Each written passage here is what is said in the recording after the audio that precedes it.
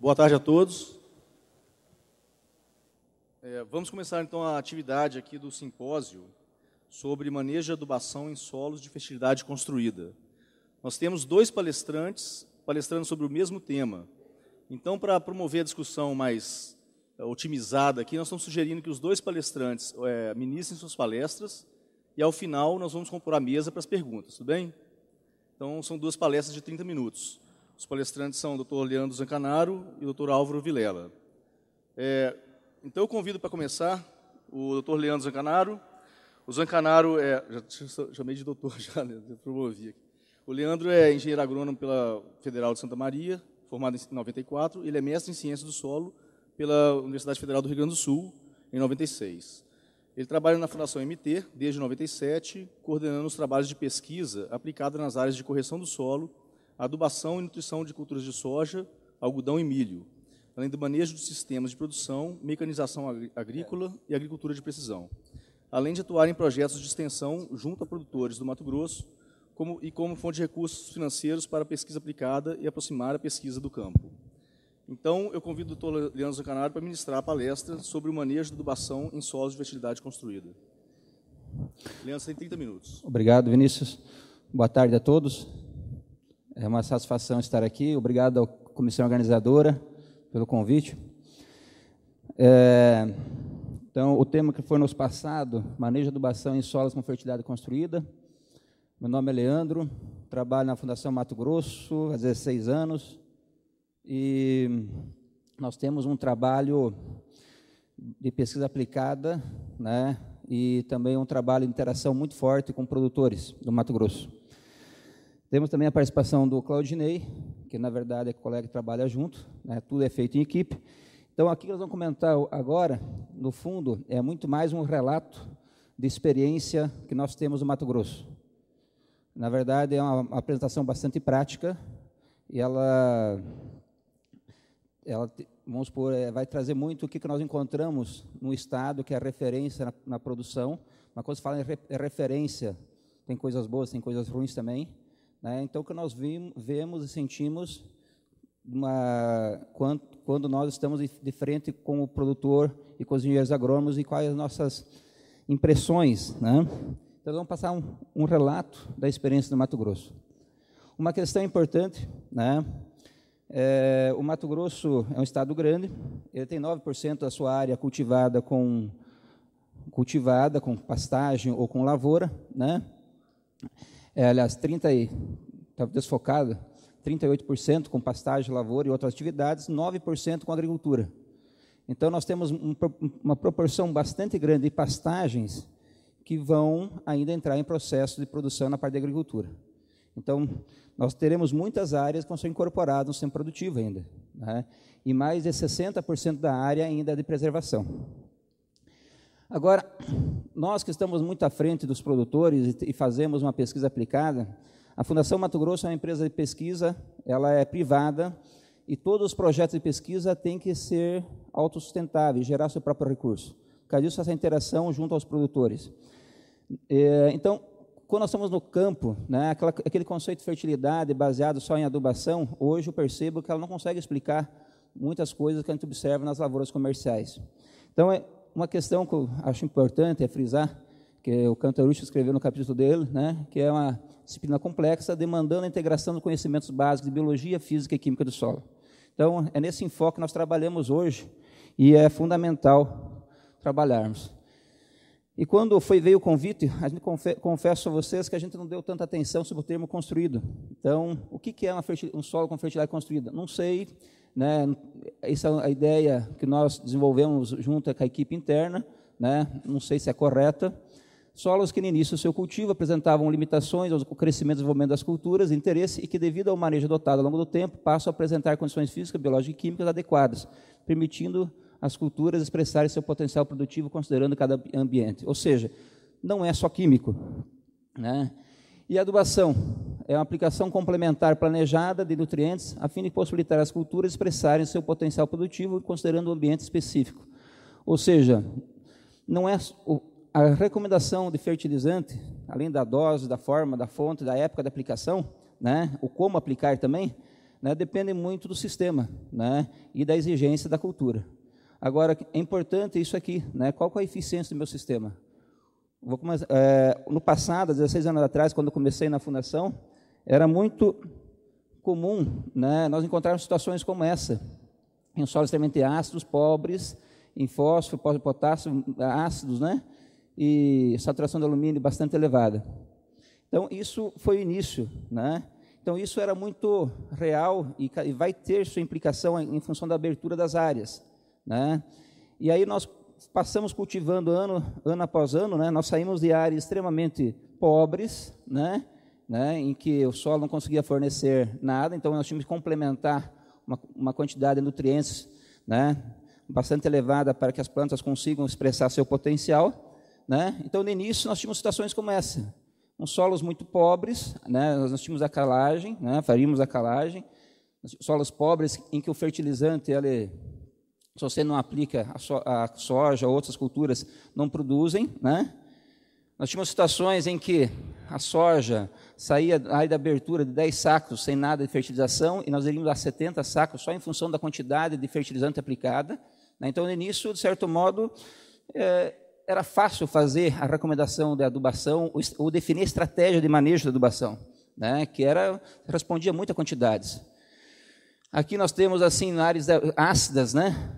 Com dose de fósforo sem calcário, e aqui dose de fósforo com calcário, ou seja, o efeito do calcário. Então, era fácil fazer a recomendação de adubação no Mato Grosso, ou nas áreas do Brasil Central, né? Áreas pobres. Com o tempo, né? Se percebe que, eu costumo dizer que a melhor análise do solo é a avaliação a campo. Então, você roda muito a campo, começa a perceber que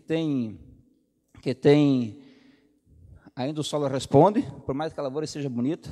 Então, mas chega um momento que nós temos níveis altos de nutrientes ou até muito altos.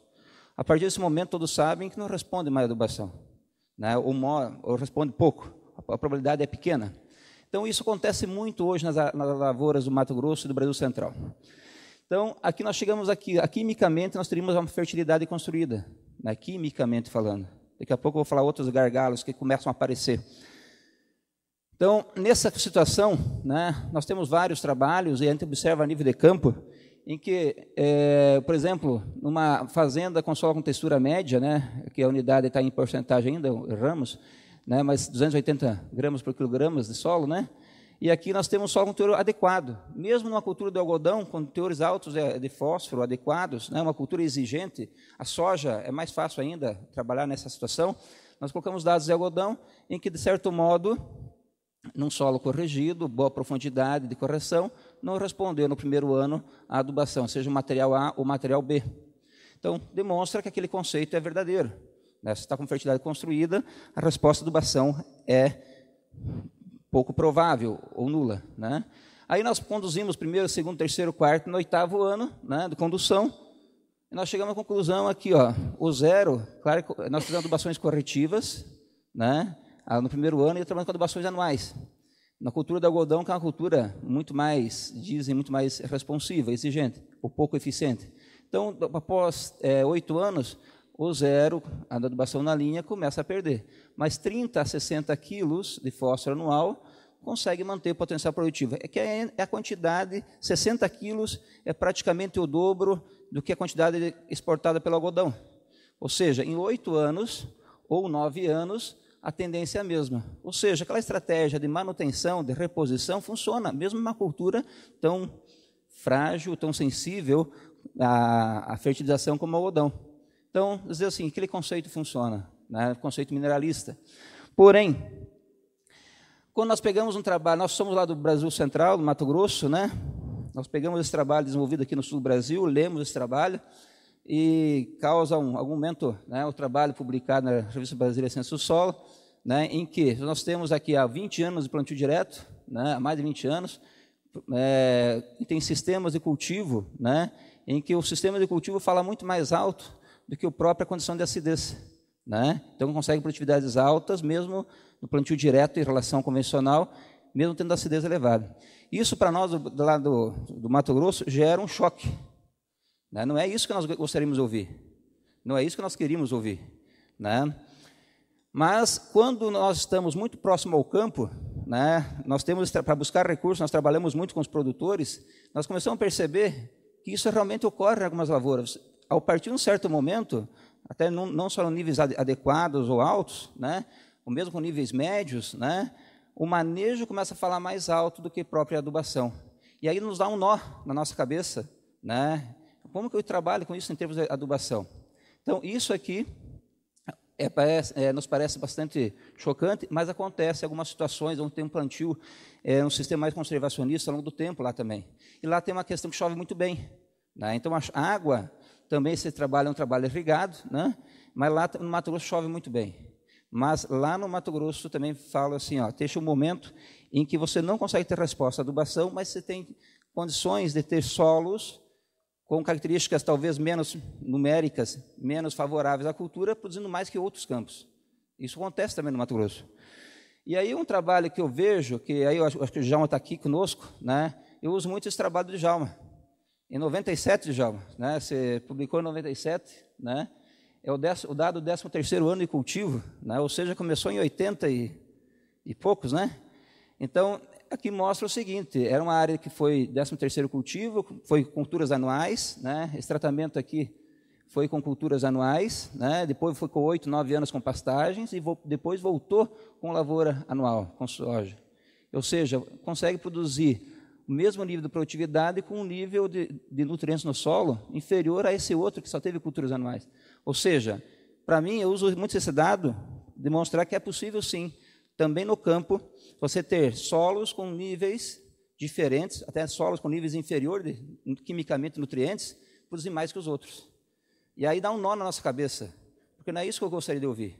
Não é isso que o produtor gostaria de ouvir, né? Não é isso que o engenheiro agrônomo gostaria de ouvir, o extensionista. E quando nós mostramos alguns dados, né, o pessoal checa. Outra questão, dado como esse, põe em xeque, por exemplo, como eu contabilizo isso no meu dia a dia, quando eu vou pensar num sistema muito informatizado de recomendação de adubação. Como que isso entra nesse software aí? Então, aí a questão de pessoas, né? Então, isso acontece. Hoje, nós estamos fazendo um trabalho muito grande com produtores. Em algum momento, confesso para vocês que a questão das análises de solo por si só não consegue explicar. Isso acontece também. E 13º ano de cultivo, né? De novo, o fator tempo. Esse é um trabalho que nós usamos muito lá, né? Então vendo isso também lá, né, numa região que chove muito bem, aí nós temos uma dificuldade, algumas raridades técnicas das lavouras de soja, milho e algodão no Mato Grosso. Vou trazer isso como assim, ó, o que nós que estamos à frente, né, a dificuldade que nós temos. Como que eu uso? Nós sabemos que o manejo tem uma influência grande, mas na recomendação, na estratégia de adubação. Então, uma das dificuldades é o seguinte, né, dificuldade de definir qual o sistema de cultivo é praticado na maioria das lavouras. Então, hoje nós temos plantio direto no Mato Grosso, é muito raro. Sistema plantio direto verdadeiro é muito raro. Nós temos alguns pseudos para o sistema plantio direto, e temos muito convencional. Então, isso exige muito mais das pessoas que estão no campo. Qual o critério que vai usar? Né? Então, principalmente a calagem. Eu vejo que a calagem é uma questão muito complicada de se fazer, porque eu não tenho um sistema verdadeiro plantio direto, né? E tenho bastante convencional.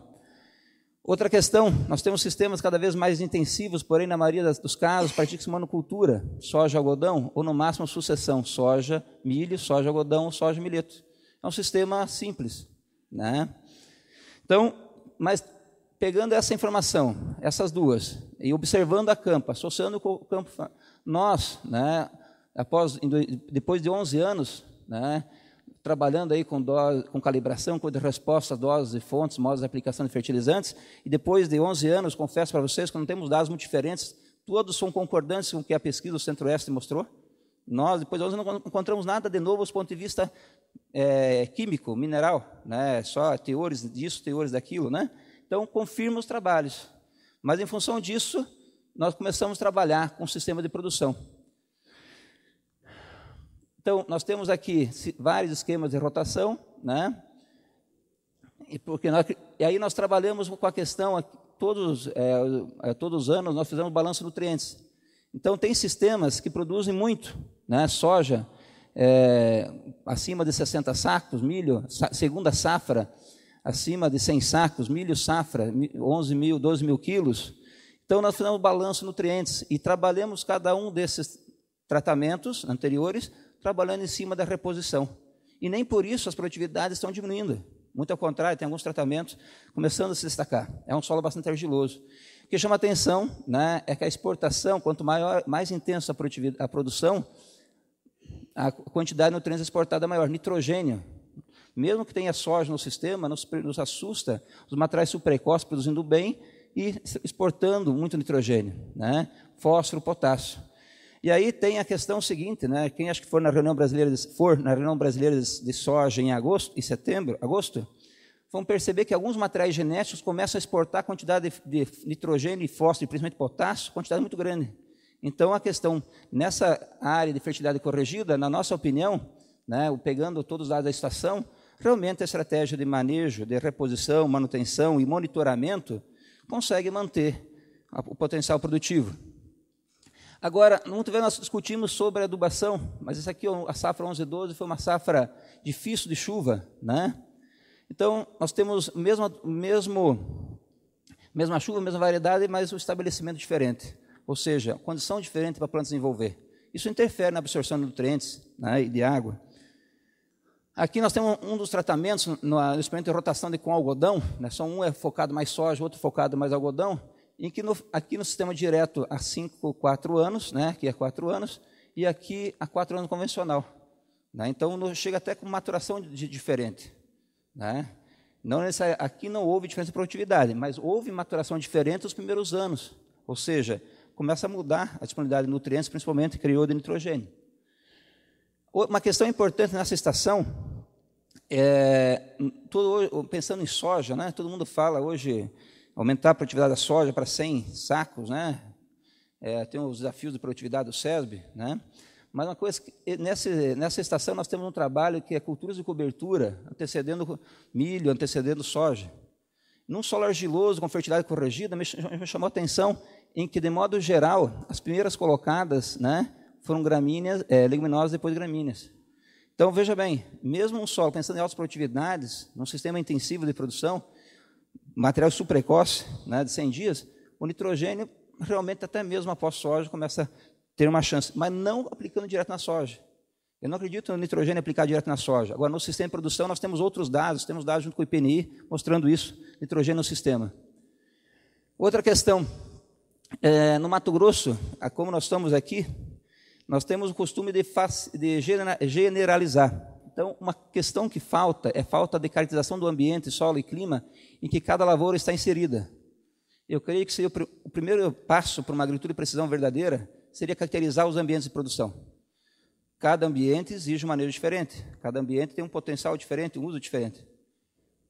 Outra questão, a gente usa muito esses dados aqui, né, do Cantarela, em que local A e local B. Então, muitos dos nossos local A são chapadões, solos vermelhos, argilosos. Aqui são local B, por exemplo. São solos mais frágeis, que recentemente foram colocados na agricultura e que hoje estão os mais complexos para produzir. Surgiram outros problemas. Então, é necessário caracterizar melhor os ambientes. Né? E aqui eu falo para vocês, nós estamos falando de manejo de adubação em solos com fertilidade construída. Mas qual é o meu manejo de adubação num solo muito frágil? Então, esse aqui é um relato de um produtor, engenheiro agrônomo, né, na íntegra, em que ele fala o seguinte: em solos com 10 a 15% de argila, faz algum tempo que ele está em tentativas, com alguns resultados que até ele duvida, né, mas se repetindo. Por exemplo, 2 anos de braquiária, ele tinha uma soja que não produzia, parou 2 anos, produziu semente de braquiária, deixou em pousio depois essa braquiária, colocou feijão e depois colocou soja. Interessante que essa soja, depois de 3, 4 anos, colhe mais de 60 sacos, por 2 anos. Então, ele achou que tinha descoberto, né, o manejo. Só que é o seguinte, ele observa que só tem um problema. Após isso, a produtividade vem caindo novamente, estando no desafio de deixar isso linear. Então, ou seja, com fertilizante eu não consigo, nesses ambientes, e fazer monocultura, tornar viável o meu negócio. Em algum momento, né, nós temos que abrir mão de outras ações, se nós queremos continuar cultivando. Né? Então, hoje, por exemplo, nos solos argilosos, né, é muito difícil ter resposta à adubação. no Mato Grosso, que chove bem. Agora, o grande problema nosso é em solos mais frágeis, né? Então, no passado, né, solos mais arenosos, vamos chamar assim, com o tempo, nós achávamos o seguinte, né? Nós iríamos aumentar os níveis, os teores nutrientes. Então, nós iríamos ter aumento de níveis, e ia resolver o meu problema. O que nós observamos é que, com o tempo, a produtividade fez isso. Começou bem, né, relativamente bem, e caiu. Hoje, no manejo tradicional nosso, focado muito na questão da adubação, nesse solo nós não conseguimos mais produzir. E aí vem a pergunta, o que fazer com eles? Primeiro de tudo, caracterizar o ambiente. Será que eu devo cultivar esses solos ou não? Mas, do ponto de vista químico, não responde. A alimentação não é química mais. Então, entra uma questão de degradação do solo. Então, isso acontece. E boa parte daquelas áreas de pastagem no Mato Grosso são áreas de pastagem degradada, são arenosos. Então, queira ou não queira esses ambientes, nós vamos ter que saber trabalhar com eles, mas não é com essa visão tradicional nossa. Outra questão, eu vejo, a questão é manejo de adubação em solos com fertilidade construída. Por mais que nós falamos e acreditamos, né, que e as escolas, né, principalmente do Sul, mostram que o manejo influencia muito na eficiência da adubação, mas nós sempre vamos precisar trabalhar com análise de solo, né? Porém, o que nós queremos? É trabalhar com uma forma pontual. Volto a falar para vocês, hoje está muito difícil trabalhar para quem está na ponta, e aí eu acho que o dado para a pesquisa, né, está muito difícil trabalhar da forma mais isolada e pontual para alguns problemas. Por exemplo, a amostragem, né? Nós temos trabalhos, né, mostrando recomendações para amostragem em sistema plantio direto, outras para considerar sistema convencional, mas nós nem sabemos que sistema nós estamos trabalhando. Mas isso é só no Mato Grosso? Não. Posso dizer para vocês que é no Mato Grosso, no Goiás, no Piauí, no Maranhão, que a gente vai menos, mas é verdade. Então, nós estamos... Qual o sistema que nós estamos, né? Então, surgem várias hipóteses. Na verdade, nós ainda trabalhamos nesse sistema pseudo direto, na amostragem mais próxima ao sistema convencional, já que nós não temos um sistema verdadeiro, mas vamos precisar ter. Aí, quanto à amostragem, por exemplo, nós temos uns solos com correções muito superficiais. Por exemplo, se nós fizermos uma amostragem 0 a 20, nós temos níveis bons de fósforo no solo argiloso, e até um nível sem alumínio, né? Porém, em algum momento, se nós começarmos a abrir, a estratificar um pouco mais, os valores médios são os mesmos, mas muda o que? O diagnóstico. Então, conversando com o Ciro, conversando com o próprio Clésio, que foi meu orientador, né, isso não pode acontecer, é surpresa, mas acontece muito frequente. Às vezes você faz a amostragem nesse sistema pseudo direto, com correção superficial, você tem um diagnóstico, você tem outro, você tem outro. Então, por causa disso que em sistemas como nossos cultivos, a calagem hoje é o sistema mais difícil de trabalhar, fazer uma recomendação. E aí, nós acabamos usando os dados como se fosse 0 a 20, mas no diagnóstico nós sabemos que existe uma estratificação muito grande. É o correto? Não sei. Outra questão. Hoje nós estamos no centro-oeste com um sistema de cultivo semidireto, né? Por mais que exista influência do manejo, eu acredito nisso, mas nós não escapamos de pensar na análise de solo, de considerar a análise de solo. Aí nós temos uma agricultura de precisão, não sou contra, mas muito focada em análise. Mas no Mato Grosso, eu acredito que no Brasil Central não seja diferente, nós temos laboratório B e A, né? Uma diferença muito grande entre laboratórios. Então, esse é um problema hoje, né, de definir estratégia, né? Magnésio, por exemplo, é impressionante. Nós temos algumas situações no Brasil Central que o magnésio está causando perca de produtividade. Mas é uma diferença muito grande entre laboratórios. Outra questão, alumínio. Outra questão, micro, por exemplo, zinco, né? São os 2 maiores laboratórios do estado. Olha os micros. Olha o boro. Olha o enxofre. Né? Olha o enxofre aqui, ó. Então, hoje, veja bem, por mais que nós estamos trabalhando com fertilidade construída, nós precisamos de monitorar alguma coisa. Por mais que nós sabemos que o sistema tem uma interferência grande quando você está com níveis já há bom tempo de cultivo, o sistema de rotação, manejo, né, interfere muito, as nossas principais ferramentas do dia a dia, elas estão com problemas. Como amenizar isso? Gente, ir ao campo, o feeling do profissional e do pesquisador também. Estou trazendo isso porque quem está no campo sofre muito com isso. Hoje, na nível de interpretação, seja qual for o sistema, nós usamos análise de solo. Dependemos da amostragem. Outra questão, a agricultura de precisão, não sou contra.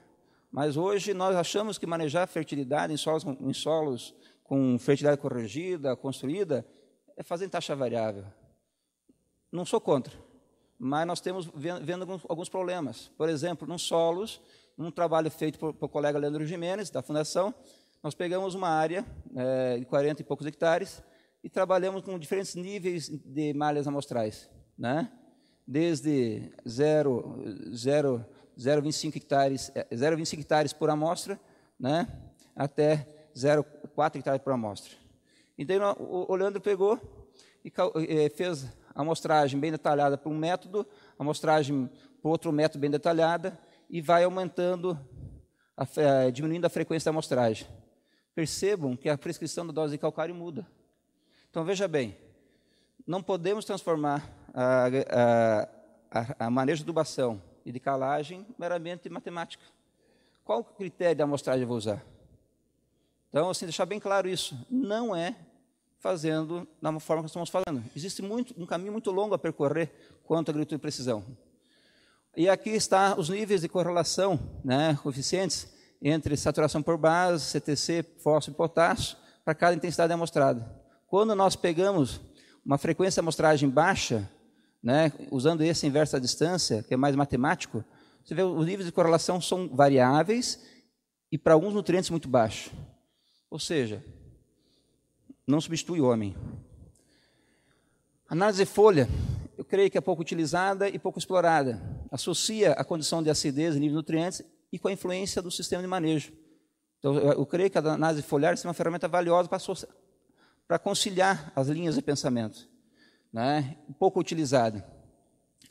Porém, é extremamente técnica e requer calibrações adequadas. Existe uma questão de variedades. Hoje, só com um ajuste de material genético para cada condição, você sobe muita produtividade. E cada material genético também tem suas particularidades. É uma ferramenta valiosa que acho que nós temos que voltar a estudar e usar, né? Mas merece muito estudo e muito cuidado. E, de novo, qualidade laboratorial. Eu vou citar um exemplo aqui, mas eu posso citar vários para vocês, em que, por exemplo, a foto aqui é uma área faixeada, né, na plena floração da soja, em que você tem uma soja verde e amarela, se faz análise foliar e não encontra diferença, que não explica muita coisa. Não tem. Isso para um laboratório, eu posso mandar para outro, essa amostra para outro laboratório, nós já fizemos isso. Então, de novo, o ser humano, né?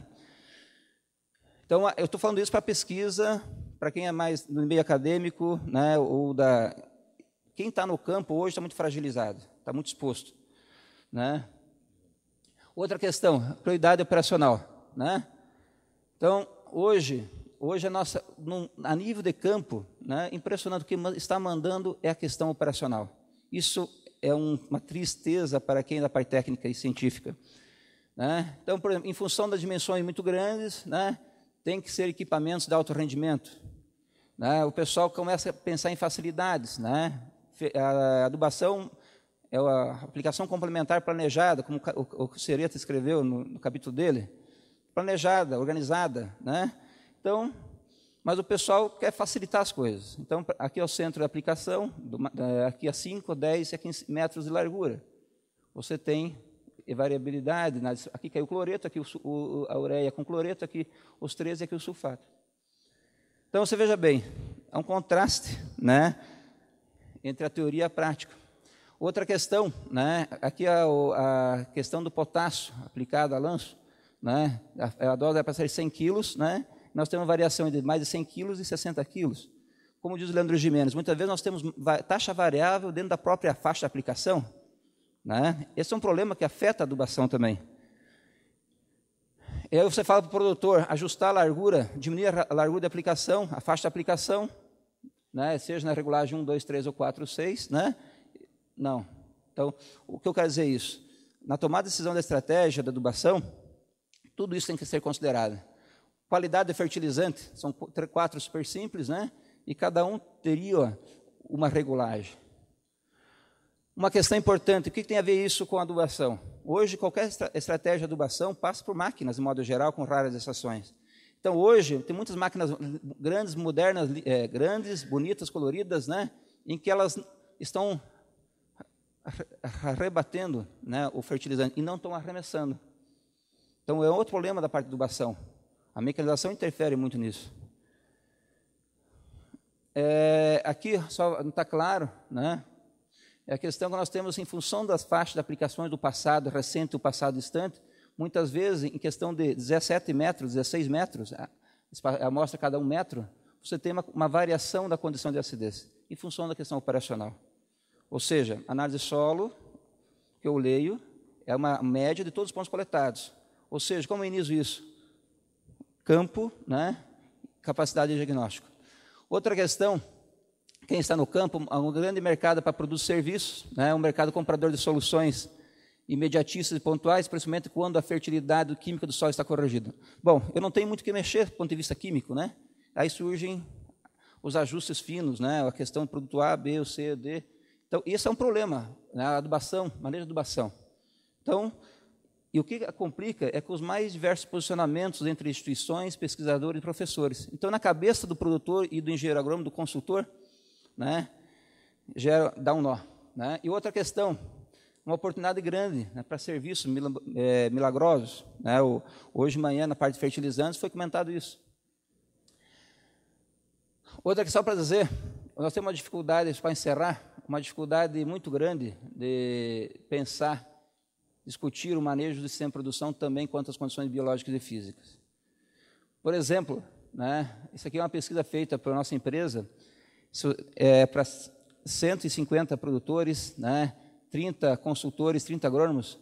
O que eles acreditariam ser mais importante numa variedade de soja?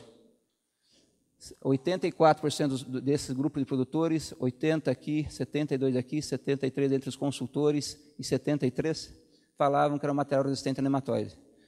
Porque eles jogam a responsabilidade para a genética, quando na verdade nós sabemos que para esse problema o manejo de solo rotação, sistema de produção é obrigação. Então essa é uma resistência, e queira ou não queira vai ser esse problema que vai fazer o sistema de produção nosso mudar. Então veja bem, é um problema biológico que afeta a capacidade do solo produzir, né? E aí tem trabalhos, por exemplo, da Embrapa Soja lá, que mostra o seguinte, né? Que nós temos que solos mais ácidos, né, com valores mais altos de alumínio e baixos de cálcio e magnésio, são mais propensos ao pratilencos. Então, a parte química interferindo na parte biológica. Na verdade, assim, a planta se torna mais debilitada e o sintoma é mais intenso. Não é que não tem mais sintoma, tem mais pratilencos. A planta é mais debilitada. E outra questão, a parte física, vou passar rápido aqui, ninguém discute isso. É um solo quimicamente muito bom, só que a raiz chegou a 10 centímetros de profundidade, 90 graus, aquela para aquele lado, esse aqui para esse outro lado. Tudo isso afeta a eficiência do aproveitamento de nutrientes. Bom, pessoal, só para dizer, então, no modo geral, quando está aqui, ó, o que menos responde à adubação, no modo geral, é manejo como um todo, né? E só outra questão que nós temos, né? Hoje, o produtor, o agrônomo, ele tem uma dificuldade de ir para o campo e também na elaboração do diagnóstico. Hoje nós não estamos conseguindo pegar essa informação aqui, ó. O que me diz isso? Daí tem uma discussão sobre adubação a lanço e no sulco, né? Então trabalha a Fundação IMS, né? Adubação a lanço, adubação incorporada, adubação no sulco, no ato da semeadura e sem adubação. De modo geral, quando o nível está com um nível bom de nutrientes, 7 anos de plantio direto, né? Vários anos de plantio direto, dados 7 anos, níveis sem resposta de adubação a lanço na sulco. Quando faltou água, uma perca de produtividade. Mas hoje é o assunto mais comentado no Mato Grosso, a adubação em superfície.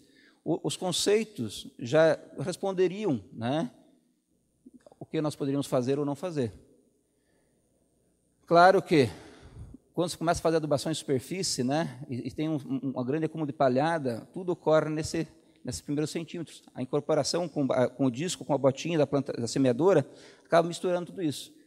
Então, é uma questão de diagnóstico. Só para encerrar, o tempo passou, nós acreditamos o seguinte: em solos com fertilidade química construída, corrigida, né, o que mais limita hoje é a água. Então, o volume, a disponibilidade de água e o volume de solo explorado pelas raízes. Né? Esse aqui é um dado, milho segunda safra. Na soja, nós não conseguimos isso, na soja. Num solo extremamente ácido, em profundidade, abaixo dos 20, né, uma resposta linear. Com milho plantado no início de março, e a chuva acabou dia 3 de abril, né, em função das dosagens de gesso, que é 0, metade, 1, 2 e 4 vezes que a Embrapa Cerrados recomenda, né, mostrando uma resposta. Na soja, eu não tenho resposta alguma. Agora, no milho, segunda safra, quando falta água, eu consigo ter resposta a volume de solo, volume de raiz. E aqui, uma faixa que nós temos, né, só em função ninguém está recomendando gesso aqui, apenas recomendando assim, que volume de solo explorado pelas raízes, em condições de deficiência hídrica, né, é o que está fazendo a diferença no Mato Grosso.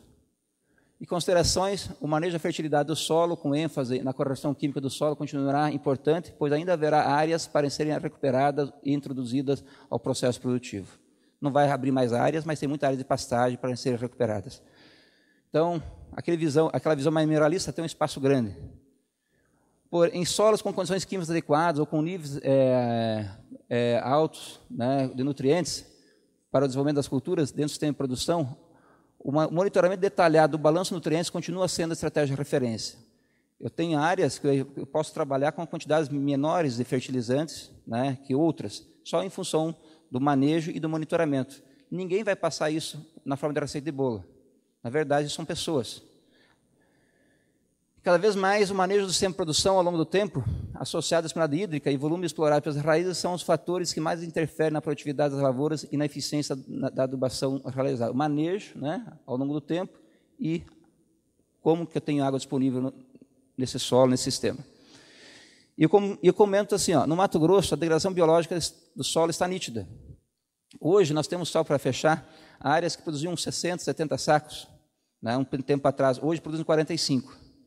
Mas você muda a genética, o material mais resistente àquele problema de nematóide, volta para 60 sacos, sem mexer na adubação. Então, é uma questão biológica, né? E muitos desses solos corrigidos quimicamente, a biologia do solo está limitando a produtividade, independente da adubação realizada. Então, hoje, quando nós temos esse trabalho de campo, né, para interagindo com produtores, eu vou para o campo e não discuto adubação, no modo geral. Eu discuto o quê? Esquemas de rotação, discuto o quê? Raiz em profundidade, nematóides. Né? Hoje estamos discutindo muito o nitrogênio no sistema. Né? Então, hoje, em áreas com fertilidade sem problemas químicos, teóricos, né, pelo conceito tradicional, a adubação não responde. Tá? Então, obrigado para vocês. Passei um pouco do tempo, né, Vinícius? Obrigado. E dizer assim, obrigado para a equipe também, né, que, como todos nós trabalhamos em equipe, então, obrigado à equipe, né, toda. E obrigado a vocês.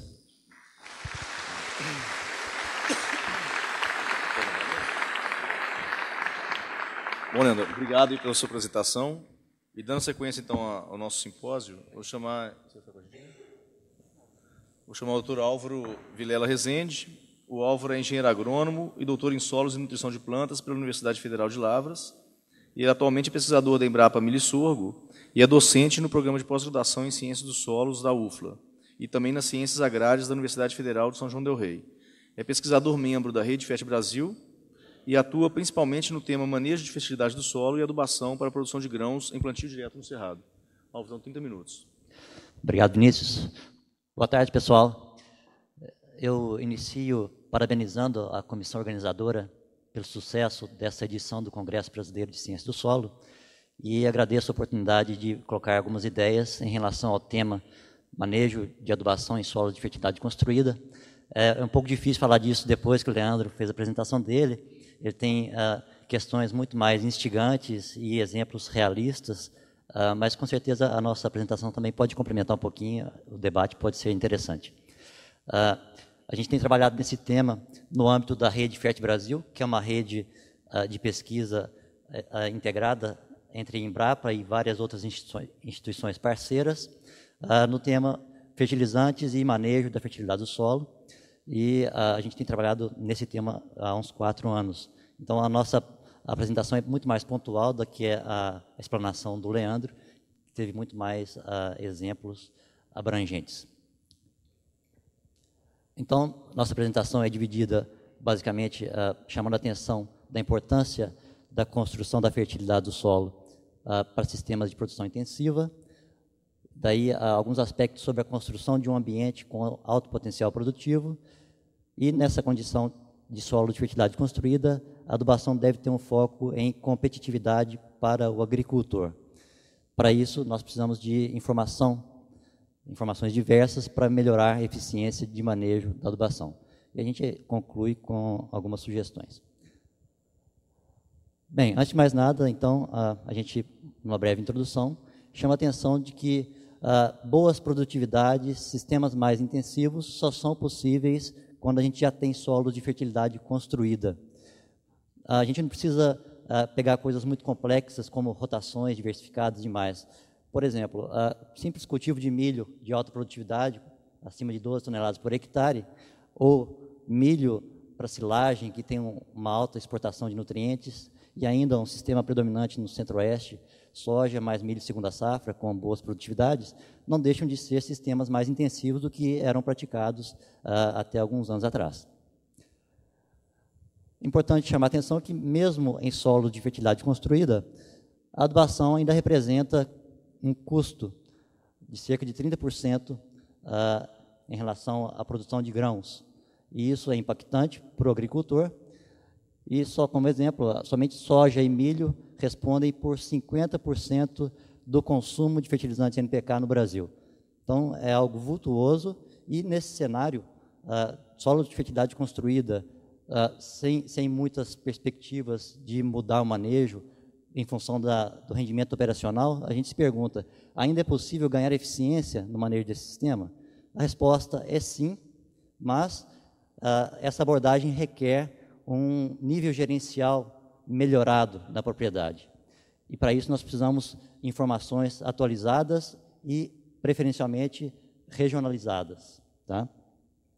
Desse modo, pessoal, pesquisadores, técnicos e agricultores têm que se preparar para buscar essa informação, integrar e interpretar isso no âmbito de cada sistema de produção, para a tomada de decisão mais segura e com maior chance de gerar rentabilidade para o agricultor.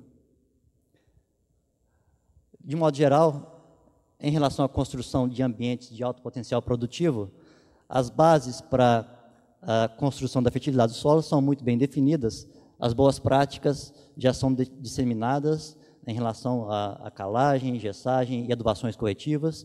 A gente tem essas práticas bem detalhadas nos nossos manuais de fertilidade do solo, de modo que é tranquilo a gente fazer a construção da fertilidade do solo. A questão começa a ficar um pouco mais complexa quando a gente passa a falar de adubação de manutenção após a construção da fertilidade. Existe, na verdade, uma certa dificuldade de se estabelecer um padrão para a adubação de manutenção. E aí a gente tem uma infinidade de receitas, cada agrônomo tem a sua receita ideal para manejar a adubação nos sistemas com que ele trabalha, e isso gera muita controvérsia. A gente deve conviver com isso, mas precisamos buscar critérios confiáveis para melhorar. O fato é que a gente tem a prática da adubação de manutenção se distanciando, muitas vezes, dos critérios agronômicos que a gente já tem consagrados. E aí, para a gente, complementando o que o Leandro já tinha frisado, alguns aspectos em relação ao entendimento da construção da fertilidade do solo e o manejo do solo em si, como base, tendo como base a análise de solo, é importante a gente entender bem essa figura, onde, logicamente, a disponibilidade de nutrientes no solo está relacionada ao rendimento das culturas, e para um dado valor de um nutriente na análise de solo, que corresponde a 90% do rendimento, do potencial de rendimento de uma cultura, num dado ambiente, numa certa condição de manejo, a gente tem o que se chama de nível crítico daquele nutriente. Daí, se na análise de solo a gente encontra valores abaixo do nível crítico, nós estamos na etapa de construção da fertilidade do solo ainda.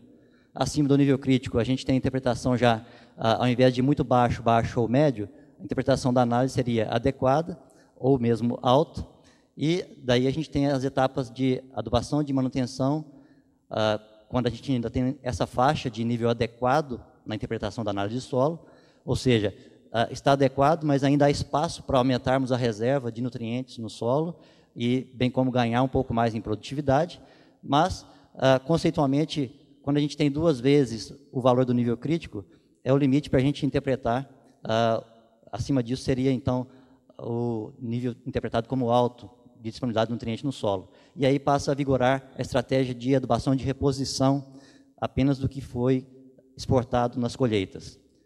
Então, entender essa figura é básico, a gente às vezes se esquece dela no dia a dia, e, só frisando aqui, a partir, então, acima do nível crítico, a gente tem o que, conceitualmente, a gente pode considerar como solo de fertilidade construída. Mas observe que existe uma ampla variação de teor de nutriente possível na análise de solo, que ainda caracteriza solo de fertilidade construída, né? Pois bem, a meta de todo agrônomo, pessoal que está trabalhando diretamente na recomendação, é estabelecer níveis para critérios, níveis considerados adequados, ter isso como meta para manter no solo e passar a trabalhar com adubação de reposição.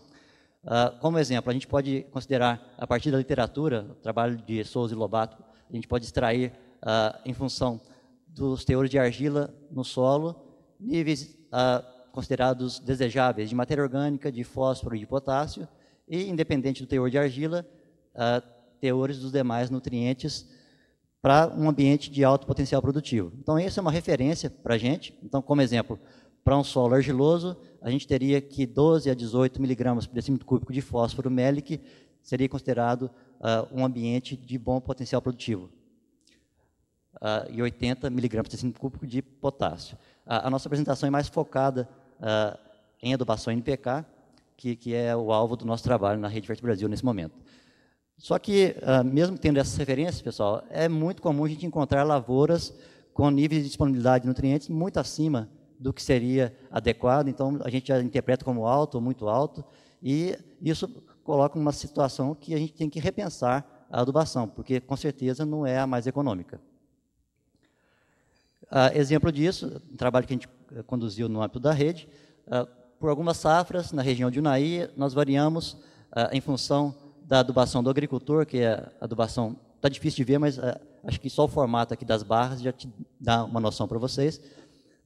Ao longo de 3 anos, uma área de solo de fertilidade construída, variamos a adubação para mais ou para menos em função do que o agricultor praticava, e a adubação de base, NPK, ou de cobertura, NK, cultura de soja e milho, obtendo, aqui não dá para ler nada, mas vou antecipar para vocês, produtividade de soja bem acima de 3 toneladas, produtividade de milho chegando a 12 toneladas por hectare, soja de novo aqui, sem grande variação em função de diferentes graus de investimento em adubação.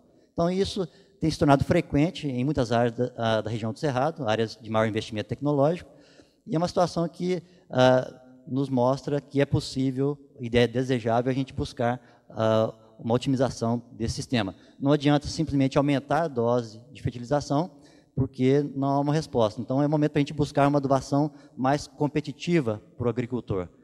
Daí, a possibilidade de, nos anos de altos custos de fertilizantes, numa condição de solo, com esse padrão de resposta, a gente pode diminuir a dose de fertilizantes sem grande mudança no padrão de produtividade da cultura, e depois, num ano mais favorável em termos de custo, a gente pode repor os estoques e manter esse solo com alto potencial produtivo da mesma forma. Então, são estratégias que são convenientes ao agricultor, e a gente, na medida possível, deve repassar isso como uma dica para manejo mesmo no dia a dia. A dificuldade da gente trabalhar em cima dessa ótica é que, num solo de fertilidade construída, a gente não tem muito como estimar ou prever o que seria o balanço entre entradas de nutrientes via adubação e saídas via extração e exportação. Qual que é o impacto disso na disponibilidade de nutrientes na análise de solo. Então, esse monitoramento ao longo do tempo, esse feeling mais refinado que a gente deve buscar no sistema que a gente trabalha, é importante. A gente não pode fechar os olhos e fazer uma receita às cegas, porque, com certeza, a gente pode ter benefícios buscando essas informações mais detalhadas. Então, se a gente tem um conhecimento para cada ambiente de produção, ou para aquele que a gente trabalha, como fica esse padrão de comportamento do sistema, nós temos, a partir da análise de solo e dos padrões de exportação, condições de tomar uma decisão de manejo em termos de quantidade de fertilizantes a usar na adubação, mais coerente com a realidade e com o padrão de resposta daquele ambiente. Para isso, nós precisamos, então, conhecer a disponibilidade dos nutrientes no solo, créditos de ciclagem dos nutrientes naquele sistema que está sendo trabalhado. Então, isso é especialmente importante no caso do nitrogênio. Conhecer melhor e dados mais atualizados sobre as quantidades extraídas e exportadas de nutrientes pelas culturas. Conhecer a expectativa de produtividade, ou estimar da melhor forma possível a expectativa de produtividade a cada safra. E considerar, finalmente, a eficiência de aproveitamento de fertilizantes naquele ambiente. Daí a gente volta naquela figura em que, se a gente tem essa busca de informação para maior eficiência de manejo, o primeiro passo seria o monitoramento mais frequente da fertilidade do solo, no sentido de a gente posicionar o nosso ambiente. O ideal é que a gente tivesse uma figura dessa construída para cada ambiente de produção, né? E aí, se a gente tem um nível considerado adequado na análise de solo, a gente varia a estratégia de manejo da adubação. Nível adequado pressupõe a adubação de manutenção, que está mais vinculada à reposição das quantidades extraídas pela cultura. Então, essa é a abordagem que a gente quer elaborar um pouco mais aqui. E, por outro lado, se a gente já está com um nível alto de nutriente no solo, é o momento para a gente ganhar ou economizar no fertilizante, trabalhando com adubação de reposição, que, logicamente, está mais vinculada apenas em repor o que é exportado a cada safra. Então, essa interpretação derivada de um monitoramento mais frequente da fertilidade do solo, eu acho que dá o gancho para a gente fazer alguma economia nessas áreas de alta fertilidade. E aí, então, a tomada de decisão fica da seguinte forma: se a disponibilidade é adequada no solo, a decisão é pela adubação de manutenção, que, por repor o que é extraído pela cultura, vai representar uma quantidade maior de fertilizante, portanto, é um investimento maior, é mais caro. E quando a disponibilidade é alta, a gente pode trabalhar apenas com a reposição, repor o que é exportado pela cultura, economizando recursos. Então, ao longo do tempo, considerando o manejo do sistema, a gente pode... o manejo deve oscilar entre repor o que é extraído ou o que é exportado. Isso, logicamente, depende da análise de solo, do nutriente em questão, do padrão de demanda das culturas e do potencial de ciclagem no sistema. O diagnóstico e a prescrição devem ser feitos de forma individualizada para cada nutriente, de modo que, muitas vezes, o uso continuado de fórmulas NPK fixas não é coerente, porque a gente pode ter desbalanço entre esses nutrientes no sistema. O fósforo, tipicamente, tem um residual muito grande, e daí, se a gente está trabalhando com essas estratégias de adubação de manutenção ou reposição baseada em extração e exportação, a lógica é flexibilizar o manejo da adubação, daí as fórmulas fixas não são recomendadas para uso continuado. E aí, o primeiro passo, então, monitoramento da fertilidade do solo com frequência. Segundo passo, conhecimento de taxas de extração e exportação de nutrientes.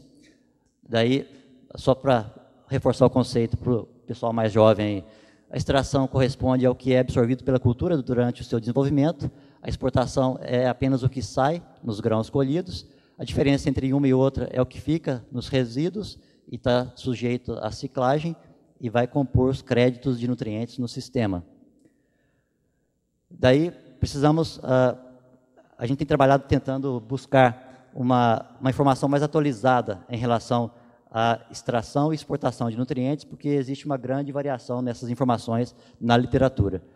Em termos médios, a gente tem aqui, por exemplo, para milho e para soja, chamando a atenção, especificamente no caso do potássio, para milho, existe uma alta extração de potássio pela cultura, mas a exportação é proporcionalmente menor do que o que ocorre para a soja.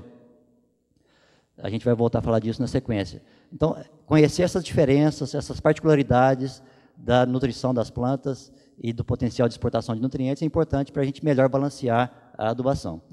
A ideia é que a gente busque atualizar dados para as condições locais. Isso é um aspecto importante da nossa abordagem. E aí, falando em atualizar dados, por exemplo, quantidades de nutrientes exportadas por tonelada de grãos produzidos de soja. Considerando a literatura, a gente tem uma certa variação. Aqui, dados compilados por Souza e Lobato, a partir da literatura brasileira, existe uma faixa de variação, e à medida que a gente vai avançando, buscando literaturas mais recentes, a gente percebe que existe uma certa tendência de maior eficiência da soja no uso de fósforo, mas maior exportação de potássio. Então, no caso da soja, a gente tem se deparado com esse tipo de informação, embora a gente tenha notado aqui, principalmente, que no caso do fósforo, existe, por essa maior eficiência de uso, uma exportação menor por tonelada produzida. O mesmo raciocínio se aplica para o milho, e aí a gente detalha um pouquinho mais, dados de Souza e Lobato, compilados da literatura brasileira. À medida que a gente vai atualizando a informação, até chegarmos aqui, esse dado, por exemplo, de exportação de NPK, que a gente compilou de trabalhos com milho no Brasil a partir de 1995, mostram uma diferença bastante grande em relação a dados mais antigos, e mesmo um dado pontual aqui, que a gente teve esse ano na Embrapa Milho e Sorgo, média de 4 cultivares, bastante plantados na região, valores muito baixos de exportação para fósforo e potássio em relação ao que a gente tinha na literatura. A gente conversando com outros colegas que trabalham com a cultura, parece que existe de fato essa tendência, a gente quer confirmar isso com mais dados, mas o fato é que se nós optamos por usar um dado ou outro na hora de definirmos a adubação, na hora de dimensionarmos a adubação de manutenção, vai haver uma grande variação na quantidade a aplicar, correto? Então, se a gente tem um dado desse tipo para uma condição específica, uma condição mais local, é o ideal. Um terceiro passo, conhecendo então as taxas de extração e exportação, é definirmos a demanda da cultura, que aí vai depender, logicamente, da espécie. Dentro da espécie depende de cultivar, de híbridos e tudo mais. Mas, além disso, da finalidade para a qual o cultivo está sendo estabelecido, se é milho silagem ou milho grão, produtividade esperada, logicamente. Então, a demanda da cultura vai direcionar o dimensionamento da adubação. Então, demanda menos os créditos. Isso aqui é especialmente importante considerar para o nitrogênio, porque se a gente considerar dado de extração e exportação de nitrogênio sem abater os créditos do sistema, a adubação recomendada vai ser muito alta, e como a gente não tem análise de solo para nitrogênio, esse é um detalhe importante para a gente seguir. E aí, só como exemplo aí de variação de demanda, em função de intensidade de produção ou finalidade do cultivo, se a gente pensar no milho segunda safra, que tem um potencial produtivo um pouco mais modesto, 8 toneladas de grãos, considerando dados que a gente tem lá da Embrapa Milho e Sorgo, nós temos esses níveis de exportação em quilos por hectare, de N, P2O5 e K2O. Se a safra é de verão, o potencial de produtividade é maior, e, logicamente, as quantidades exportadas vão ser maior. Mas nada se compara quando a gente usa o milho para silagem, em que toda a planta é removida do sistema, daí a exportação se iguala à extração, né? E aí, um detalhe interessante é que muitas vezes a gente está apresentando, o pessoal pergunta, meu milho segunda safra teve frustração de produtividade em função de problemas climáticos, eu posso usar para pastejo ou para silagem, e isso aí, o que tem de efeito, né? Pode usar sem dúvida nenhuma, mas se o agricultor simplesmente fechar os olhos, falar assim, não produziu grão, estou fazendo silagem, e achar que isso não tem impacto no sistema, tem um impacto muito grande, muito maior do que a própria produção de grãos, né? Isso tem que ser considerado. Não podemos esquecer desse detalhe. E aí, ainda em relação ao milho, o caso do potássio, ele é um pouco diferenciado, mesmo em sistemas bem estabelecidos, com plantio direto, a gente tem uma oscilação na disponibilidade de potássio mais frequente do que em relação a fósforo, por exemplo, e outros nutrientes. No caso do milho, a absorção de potássio é muito intensa e, dessa forma, a gente não pode balizar a adubação apenas para repor o que é exportado, porque a gente acabou de ver que a exportação de potássio pelo milho é proporcionalmente menor do que ocorre para a soja. Mas como a absorção ou a extração é muito grande, a gente tem que verificar se esse manejo que a gente está dando, as doses aplicadas de potássio, não estão sendo limitantes para a produtividade que a gente almeja. Um exemplo que ilustra isso são dados lá da Embrapa Milho e Sorgo também, em que a gente, numa condição inicial do solo, nós tínhamos 147 miligramas por decímetro cúbico de potássio na camada de 0 a 20 e 80 miligramas na camada de 20 a 40. Isso antes do cultivo, em outubro de 2012. Daí fizemos uma adubação generosa com potássio, visando alta produtividade. No estádio R2 e R3, que é um pouco antes da condição de milho verde, a gente fez a amostragem de plantas, quantificamos a extração, 307 quilos por hectare de K2O, e analisamos o solo. Olha só, com esse teor inicial e essa adubação, olha para quanto que vem, a gente baixa para 58 e 41 miligramas por decímetro cúbico de potássio, para produtividades acima de 14 toneladas. Então, se a gente está almejando alta produtividade, nós temos que dar comida. E muitas vezes, se nós fazemos análise de solo antes da cultura e achamos que isso é suficiente, 140 é suficiente para milho, e aliviamos a mão na adubação, pode ser que nós não estejamos aproveitando bem o potencial genético da cultura. O fato é que a exportação pelo milho não é muito grande, a demanda aqui nessa fase de máximo acúmulo é elevada e isso tem impactos na fertilidade do solo, e depois isso é reposto quando a palhada se decompõe, e até mesmo por lavagem da palhada, a gente tem uma rápida reposição desse potássio. Mas chama atenção aqui que é importante, então, a gente se ater a essa oscilação e a demanda alta pelo milho. E um quarto e último passo para melhorar a informação para manejo eficiente é que devemos considerar a estimativa de eficiência de aproveitamento dos fertilizantes. Daí, dados diversos também estão disponíveis na literatura. A minha aproximação pessoal para a eficiência de fertilizantes nitrogenados em milho é 63%, para fósforo, de modo geral, em plantio direto, 75%, e potássio, 80%. Acho que o Vinícius é um pouco mais otimista. Está chegando em 100% já, Vinícius? Então, essa definição, se a gente não tem o dado local, a gente busca uma estimativa e tem trabalhado com esses dados. E aí a quantidade de fertilizante a aplicar é a demanda baseada em um valor que vai entre extração ou exportação, dependendo do nutriente, dependendo da fertilidade do solo e do potencial de demanda da cultura, vezes esse fator de eficiência do fertilizante. Então, dessa forma, a gente acredita que nós podemos fazer o básico, que deveria ser feito em qualquer situação, mas que, de maneira geral, acaba sendo um refinamento para os padrões atuais de manejo de adubação, que são feitos muito grosseiramente, às vezes receitas a toque de caixa aí, pelo agricultor. O pessoal não presta atenção na possibilidade de economizar em fertilizantes e aumentar a eficiência de uso. Daí, só um exemplo, como é que a gente pode aplicar essa abordagem. A gente fez um trabalho com dados da região de Rio Verde, foi até apresentado no último simpósio de boas práticas do IPNI lá. Daí, o raciocínio é muito simples. Por exemplo, considerando o sistema soja, milho, segunda safra, produtividade de 4 toneladas e 8 toneladas, respectivamente, e a indicação de Souza e Lobato, de adubação para essas culturas na região do Cerrado, a gente teria que aplicar essas quantidades de N, P2O5 e K2O, 100, 160 e 170. Avaliando a condição real da região do sudoeste goiano, Rio Verde e Jataí, até com base em informações do próprio Vinícius, que fica lá. A informação é a seguinte: a adubação geral daquela região é de 400 quilos por hectare de 2,20,18 para soja e 250 quilos de 8,20,18, mais 200 quilos de ureia em cobertura para milho segunda safra. Somando isso tudo, dá 118, 130, 117. Alguma diferença aqui em relação ao que é recomendado pelo boletim que atende aquela região.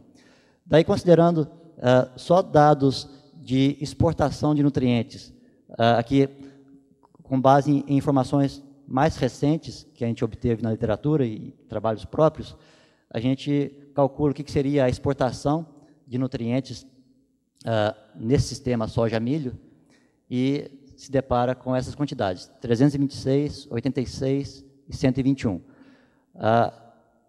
326, logicamente, está muito ligado à exportação de nitrogênio pela soja, que aí tem a compensação pela fixação biológica de nitrogênio, não é tão problema, mas, em suma, que análise que a gente pode fazer desse panorama? A constatação que a gente tem fazendo esse tipo de raciocínio, é muito simples, é que naquela região, aparentemente, existe uma flexibilidade maior em relação ao manejo de fósforo. Então, a exportação está abaixo, bem abaixo do que é aplicado na adubação. Por outro lado, a gente tem uma maior sensibilidade para nitrogênio e potássio, então estão mais no limite. Nitrogênio, aqui para o sistema, o que está sendo aportado não é muita coisa, e, sobretudo, o potássio. Basicamente, o que se aplica está repondo exclusivamente o que é exportado. Daí, qualquer problema de perda de eficiência do fertilizante, que seria 100% de eficiência mesmo, para estar equilibrado, né, Vinícius? Daí a gente está no limite, está na balança aí para errar o manejo se persistirmos nessa formulação. Daí, um detalhe a chamar a atenção é que o saldo de nitrogênio resultante do cultivo de soja, ele normalmente é baixo, menor do que a gente acreditava há um tempo atrás. Uma informação aqui de 10 quilos por hectare de nitrogênio, em soja com produtividade de cerca de 3 toneladas por hectare. Mas a gente tem relatos de casos de balanço até negativo de nitrogênio após cultivo de soja, na condição do cerrado. Então, isso chama atenção para a gente tomar mais cuidado em relação ao suprimento de nitrogênio, mesmo para milho segunda safra, embora a demanda seja pequena, mas pode ser que esteja no limite de exaustão do nitrogênio que está estocado nesse sistema. E, em relação ao potássio, a adubação praticada ela seria coerente apenas para solo com disponibilidade interpretada como alta. Se tiver como adequado, já está minerando o solo, porque justamente essa ideia que foi passada que a soja, as cultivares mais novas, está exportando mais potássio do que anteriormente a gente via. E, finalmente, chama atenção aqui que a adubação praticada dessa forma, ela não suporta níveis de produtividade mais elevados do que 4 toneladas de soja e 8 toneladas de milho segunda safra. Então, se a gente almeja, e o agricultor sempre almeja produtividades maiores, nós temos realmente que repensar isso. É lógico que tudo que o Leandro falou tem que ser considerado. Quanto mais informação a gente tiver sobre o sistema, é necessário considerar, mas esse monitoramento da fertilidade química, que está mais ao nosso alcance, ele não pode ser abandonado. E aí, já concluindo, algumas percepções e sugestões, a minha visão é a seguinte, é que o manejo da adubação em solo de fertilidade construída não tem uma receita simples, direta, que a gente possa extrapolar para condições diversas. Existe, sim, a possibilidade de uso mais eficiente de fertilizantes, mas isso requer um conhecimento mais aprofundado do sistema de produção e registro do histórico de área, para que a gente possa entender o que está acontecendo em termos de fluxos de nutrientes. Daí, a gente tem que se esforçar em particularizar, em âmbito regional ou local, as informações sobre os fluxos de nutrientes nos sistemas de produção e taxas de extração e exportação. A gente mostrou exemplos aí que existe uma variação, uma oscilação, dependendo do ambiente que você avalia. E, finalmente, queria destacar que, mais do que ganhos de produtividade, esses aprimoramentos eles podem, sim, resultar em maior rentabilidade da lavoura. E isso é importante, como é um fator muito relevante para a competitividade do nosso agricultor. Tá certo?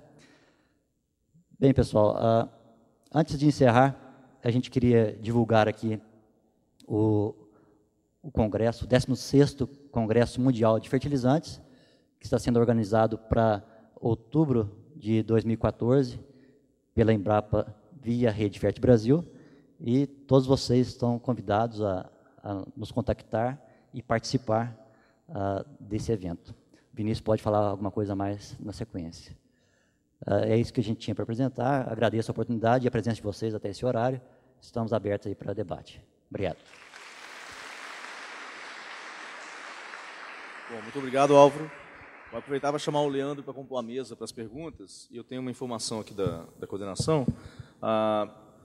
Ainda há vagas para 2 discussões técnicas. A excursão com destino ao Morro do Baú e a Mini RCC.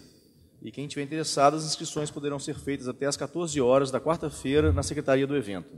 Tá? Muito bom. Bom, para começar as perguntas, eu recebi até agora perguntas direcionadas ao Leandro. Mas você está com o microfone, né? Vou fazer uma pergunta para você, Leandro, e talvez até o Álvaro ajude nessa outra aqui. Bom, primeira pergunta aqui do professor Sereta, né, da Santa Maria. Ele pergunta ao Leandro sobre a sua afirmação de qual o sistema que estamos usando, se é plantio direto ou convencional, né? E que é muito impactante essa diferença. Ele queria que você comentasse mais essa sua frase. Sereta, como eu falei que eu ia fazer uma apresentação mais prática e de quem está bem no limiar entre uma pesquisa aplicada e a recomendação. Então, hoje, todos nós lá no Mato Grosso falamos que fazemos sistema plantio direto. Na verdade, nós fizemos um plantio sem revolvimento. Nós temos áreas em que nós temos consecutivamente, por vários anos, soja, semeada em setembro, outubro, e milho, colhe-se a soja, e o milho em janeiro, fevereiro. Todo ano fazendo isso, uma sucessão. Temos sistemas em que nós temos soja e milho todo ano. E temos sistemas que é soja e pousio, né? Então, nós não temos, e volta e meia, há uma interferência mecânica, né? Seja no cultivo do algodão, por exemplo, eu não conheço no Mato Grosso um sistema plantio direto verdadeiro. E na soja, volta e meia, há uma intervenção mecânica.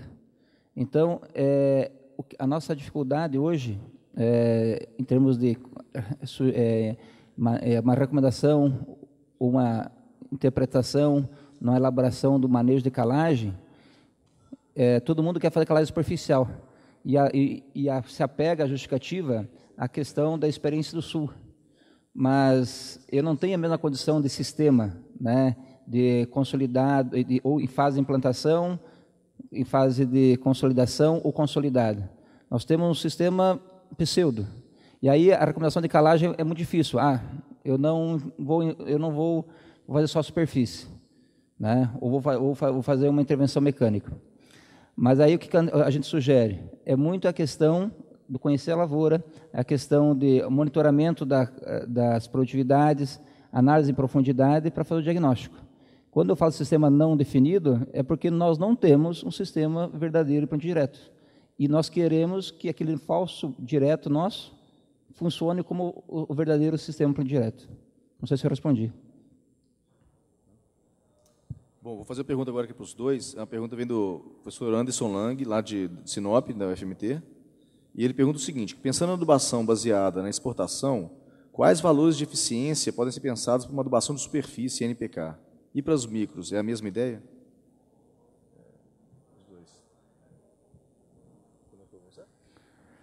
Bom, professor lá de Sinop, né, da minha opinião, eu creio que o nitrogênio é muito específico por cultura, né, e também para cada sistema.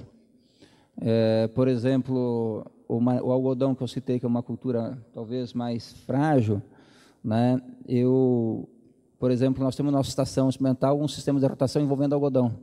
Algodão, após uma cultura, é um sistema que está com 5 anos, ou seja, em fase ainda de transição, né, o algodão sente muito, quando você cultiva, desenvolve o crescimento inicial dele, o desenvolvimento inicial, sente muito quando você vai após braquiária ou pós milho.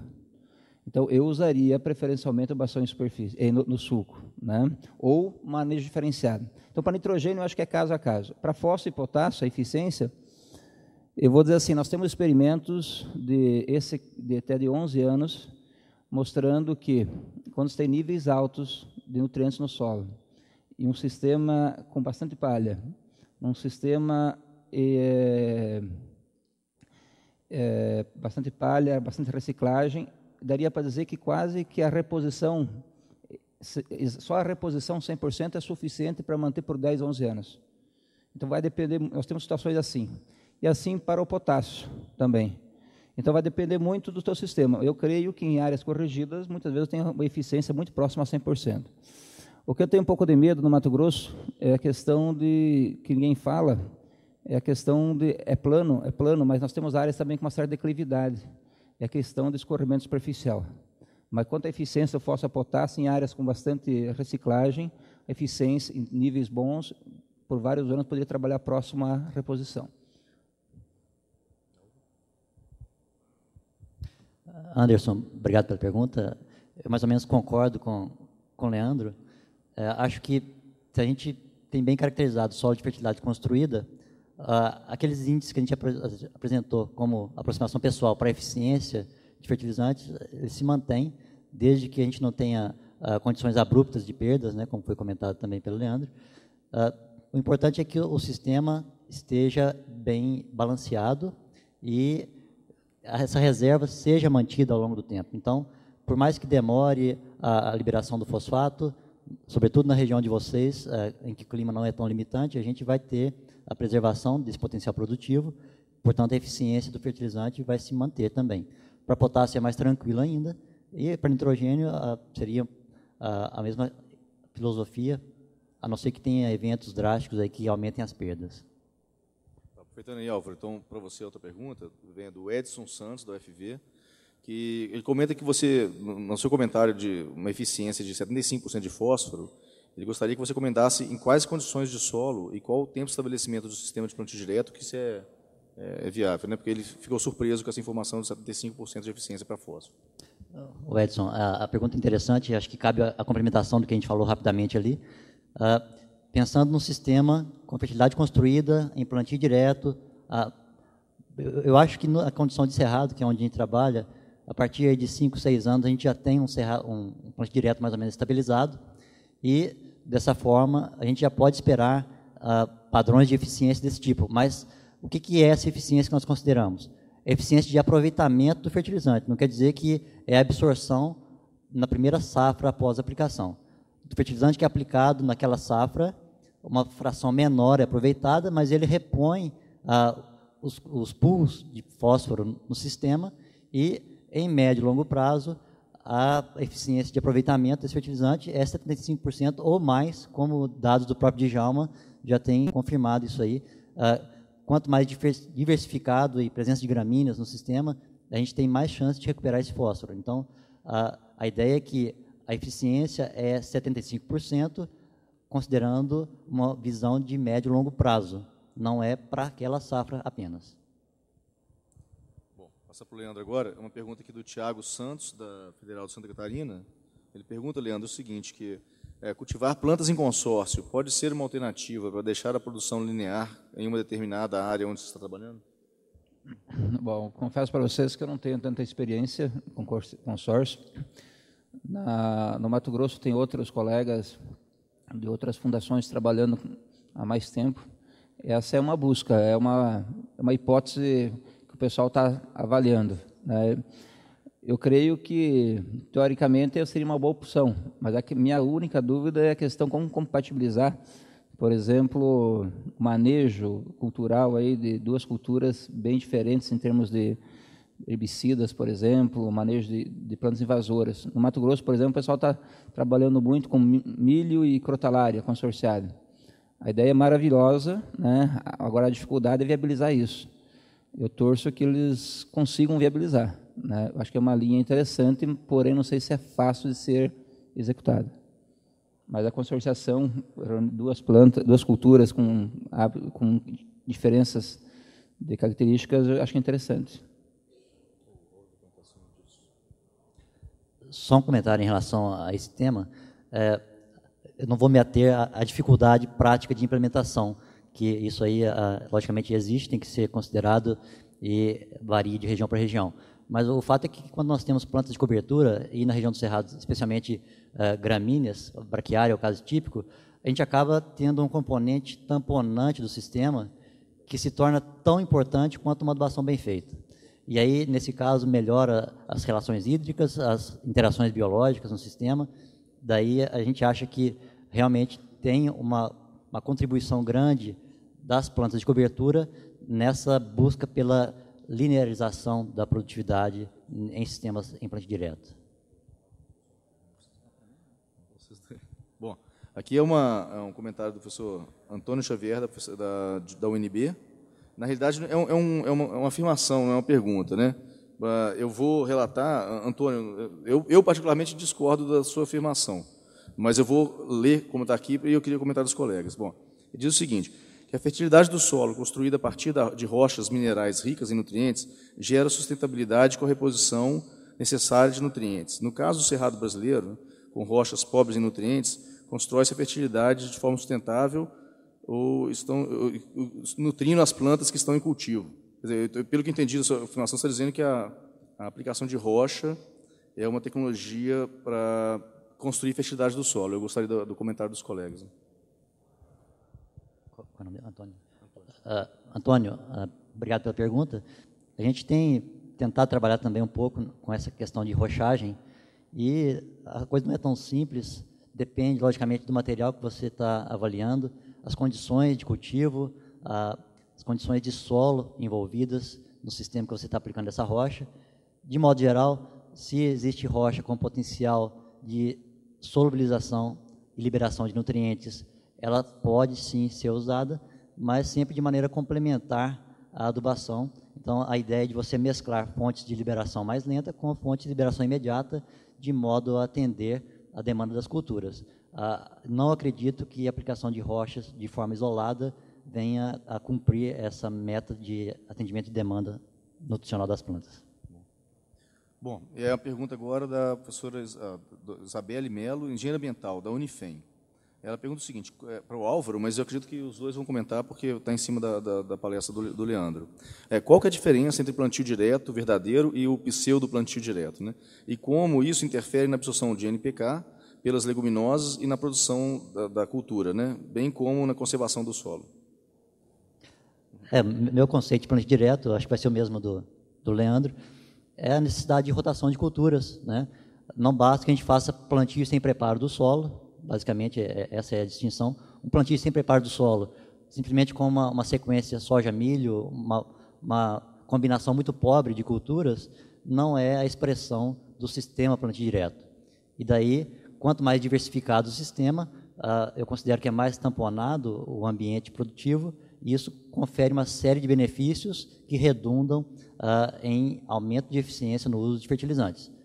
Trabalhar com essa diversidade na condição do Cerrado é um pouco mais complexo do que na região sul do país, até principalmente pela falta de chuva, né, durante boa parte do ano, e é um desafio para a gente naquela região, mas temos sim que buscar essa perspectiva, porque a gente vai dar mais sustentabilidade ao sistema. Na verdade, o que eu falo é que no Mato Grosso, no Centro-Oeste, acho que no Nordeste, e Piauí, Maranhão, com raras exceções, o plantio direto nós temos o quê? Cobertura permanente do solo, rotação de cultura e sem revolver, né? E se você tiver uma correção prévia do solo, melhor ainda, antes de começar o sistema plantio direto. O que pega é a falta de rotação, na verdade. Vamos pegar, por exemplo, a região do Mato Grosso, quando chove muito bem, né? Eu falo que nós, no Mato Grosso, estamos numa condição em que a natureza é muito generosa, né? Então, no Mato Grosso, parte dos nossos problemas de manejo, a natureza esconde, né? Você pega que nem 40% do estado do Mato Grosso tem soja e milho todo ano. Então, você tem, a princípio, faz tempo que você não revolve, né? Você tem o milho deixa uma palhada bastante intensa, né? chove bem, né? Então uma sucessão. E aparentemente o modelo está indo razoavelmente bem, mas nós já começamos a perceber alguns problemas. Então tem palhada, mas não tem rotação, né? Então na região do Mato Grosso não chove bem, falta rotação. Então aí nós temos a adubação em superfície, por exemplo, né? No fundo nós temos o efeito da palhada, nós temos o efeito da chuva. Quando chove bem, não tem diferença em termos de adubação no sulco ou em superfície. Mas o gargalo é a rotação da cultura. E essa questão do nosso sistema, na minha opinião, o que vai pôr em xeque, o que vai fazer nós mudarmos, abrir mão da monocultura ou da sucessão é a parte biológica. Por bem e por mal, nós não vamos conseguir só com genética, muito menos com produtos nematicidas, por exemplo. A rotação é obrigatória. Por bem ou por mal, ela vai nos obrigar a mudar nosso sistema. E aí a parte, talvez, de nutrição, adubação, vai ser beneficiada. A eficiência do aproveitamento vai ser beneficiada. Mas é a parte biológica. Bom, tem uma outra pergunta aqui, são duas perguntas de duas pessoas diferentes, mas é o mesmo assunto. Combinaram, que é o Estevão e o Guilherme de Souza, né? De Lavras. A pergunta é a seguinte, do Estevão primeiro. Para o Zancanaro, você relatou a importância da qualidade dos resultados laboratoriais e definição de amostragem. Não seria importante uma padronização de metodologias em todo o Brasil? O uso de métodos mais seguros e eficientes não permitiria recomendações mais seguras de adubação? Eu vou ler também do Guilherme, que é a mesma coisa, basicamente, mas a análise laboratorial varia muito. Não seria o momento de se pensar em uma análise interlaboratorial e realmente estabelecer um padrão nacional para análise de solo? Bom, eu coloquei essa discussão, de certo modo, como nós estamos aqui no Congresso, e nós temos, acho que, pessoas com muita experiência na parte laboratorial, metodológica, né? Então é uma contribuição que nós, que estamos mais à frente aí do produtor, né, e dos colegas profissionais da extensão, sentem hoje, né? Então, a parte laboratorial é um problema hoje sério. Sem dúvida nenhuma, nós temos que rever isso. Por exemplo, no meio que eu trabalho, é um problema sério. Claro que quando você tem uma visão mais sistêmica, a análise de solo, de certo modo, não é que ela perde importância, mas você trabalha um pouco mais na questão do balanço, você pode avaliar isso ao longo do tempo, né? Você depende pouco daquela análise de imediato, né? E a eficiência do sistema melhora, e o sistema melhora a eficiência do aproveitamento do nutriente que já está lá ou que você vai aplicar. Mas a análise do solo sempre vai ser a nossa ferramenta. Esse é um gargalo forte nosso. Por exemplo, eu vou dar um exemplo nosso real lá, né? Nós temos um projeto de pesquisa aplicada. Naquele trabalho de sistemas de produção, nós fizemos todo ano a questão aí de avaliação do solo, né, em profundidade, tecido vegetal, exportação, né? Eu tenho uma opinião, eu tenho que mudar de laboratório. Eu sei essa decisão, mas eu tenho uma dúvida pior, para onde eu vou? Então, hoje a gente percebe a questão seguinte, tem muitos controles de laboratório que nós temos que valorizarmos isso, né, controle de qualidade, né, nós temos que valorizarmos, mas a gente percebe que muitos laboratórios, seja do Mato Grosso até fora, tem controle, mas você percebe uma variação muito grande, né? E é um gargalo hoje, Vinícius. E eu creio que como fazer isso, eu não sei. Deixo a pergunta, eu fiz isso de propósito. Hoje, e aí eu me faço uma pergunta ainda maior. Hoje, manejo da adubação, né, em áreas com fertilidade corrigida. Eu não sou contra a agricultura de precisão, eu sou contra o modelo atual imposto, em que nós ficamos muito restritos ao valor numérico. Então, hoje, conforme a amostragem, conforme o laboratório, você muda seu mapa, né? Então, e aí, que precisão que é essa? Então, o que eu quero dizer é o seguinte, que nós não podemos resumir o manejo de adubação de maneira simplista em matemática ou eletrônica. E o laboratório, eu não posso, muitas vezes, aconteceu já casos, né? Qual a melhor saturação por base, né? Depende do sistema. Mas se eu comparar um laboratório e outro, eu falo, olha, se é um laboratório tal, eu não sei. No outro, eu estou mais ou menos calibrado. Outra questão, por que os laboratórios com tanta dificuldade? Não vou só fazer crítica, né? É a questão de mão de obra, né?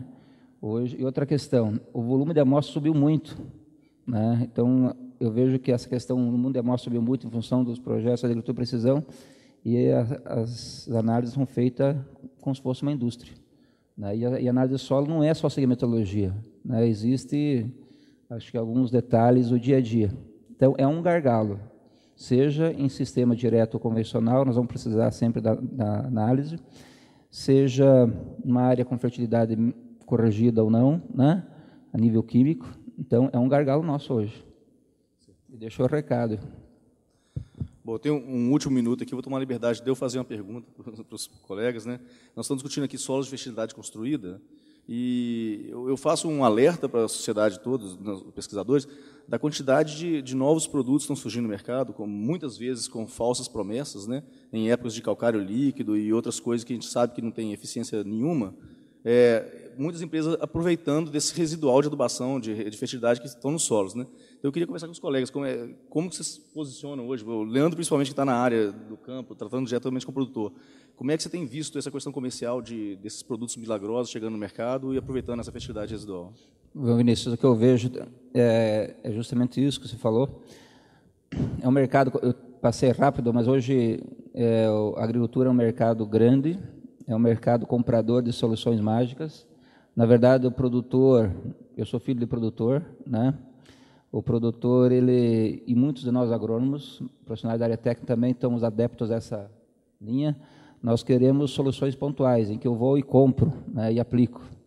E então vêm os oportunistas. Eu vou dizer assim para vocês, que eu estou há 16 anos na Fundação. Todo ano nós fizemos uma bateria de ensaios com produtos disponíveis no mercado e raramente há resultados, né? E tem os oportunistas. Podemos dizer que as pessoas, como o mercado comprador, levantam a onda, né? Vem a onda, sou próximo do mar aqui, né? Vem a onda e eles surfam, né? E a pesquisa, os pesquisadores, os professores têm que ir atrás, explicar o que os outros levantam. Ou seja, mas por que eles fazem isso? Porque nós, como engenheiros agrônomos da extensão, das consultorias, principalmente, alimentamos esse mercado.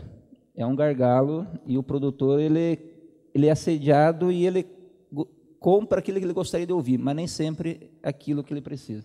E a parte de manejo, como ele não quer ouvir, ele deixa para depois. Mas é um problema sério hoje. E um problema que a gente sofre também é que existe uma diversidade muito grande entre nós mesmos da parte mais técnica, né? Então o produtor fica um pouco tanto perdido, mas é um gargalo hoje. Solos de fertilidade construída em plantio direto são sistemas bastante tamponados, e isso ajuda muito a mascarar, maquiar resultados de pesquisa para quem assim o deseja. Então, de qualquer maneira, uma avaliação de produtos novos, ela carece, como foi ressaltado hoje pelo Mike na palestra da parte da manhã, um protocolo experimental robusto que permita contrastar o que realmente se está prometendo em termos de vantagem para aquele novo produto. Se a gente não é capaz de fazer isso, vamos ter que esperar alguém fazer, né? O resultado de uma safra não é resultado, e muitas vezes o que acontece, na maioria das vezes, é que você não tem nem, pelo menos, um controle negativo em que não se aplica nada. O nosso controle negativo nos nossos experimentos, que é sem adubação nenhuma, produz tanto quanto a adubação máxima que a gente colocou. Então, isso se replica você colocando meia dose ou 30%, como alguns prometem aí, em termos de redução de uso de fertilizantes por tecnologias agregadas, inovadoras e milagrosas quase, né? Então, o comentário é curto, a gente tem que tomar muito cuidado com isso. Bom, pessoal, atingindo o limite de tempo, eu agradeço a todos pela participação, achei que foi muito rica aqui a discussão, tá? E encerro aqui a sessão. Muito obrigado.